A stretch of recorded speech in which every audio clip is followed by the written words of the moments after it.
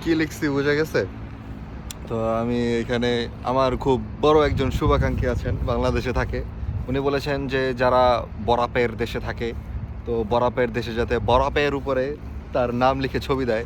তো আমি ছবি তোলার থেকে ভিডিও করি বেশি, তো ভাবলাম বরাপের উপরে ওনার নামটা লিখে আমি একটা ভিডিও করে দিই। বাই দ্য ওয়ে, ওনার নাম লিখতে লিখতে আমার না একটা জিনিস মাথায় আসলো।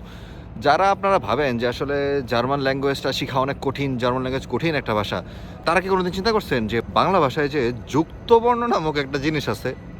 যেমন এই ধরেন সাম-মি, আমি আবার লিখি, এই ধরেন তালবর্ষ সাম, এরপর হবে হচ্ছে ম, এবার কি, এরপরে আরেকটা ম, ঠিক আছে, তারপরে হবে আরেকটা দীর্ঘ ই। তো এই যে ম ম ই 4-5টা বর্ণ টর্ণ মিলে যা দাঁড়ায়, এগুলা কি চিন্তা করছেন আপনারা কিভাবে আয়ত্ত করছেন? জার্মানদের বাংলা ভাষা শিখাই দেন ধরে ধরে। আরে আমার ভিডিওটা নষ্ট করতেছে একটা অ্যাম্বুলেন্স গিয়া। যাই হোক, যা হয়েছে হয়েছেই। ভিডিও কেমন লাগছে তাই?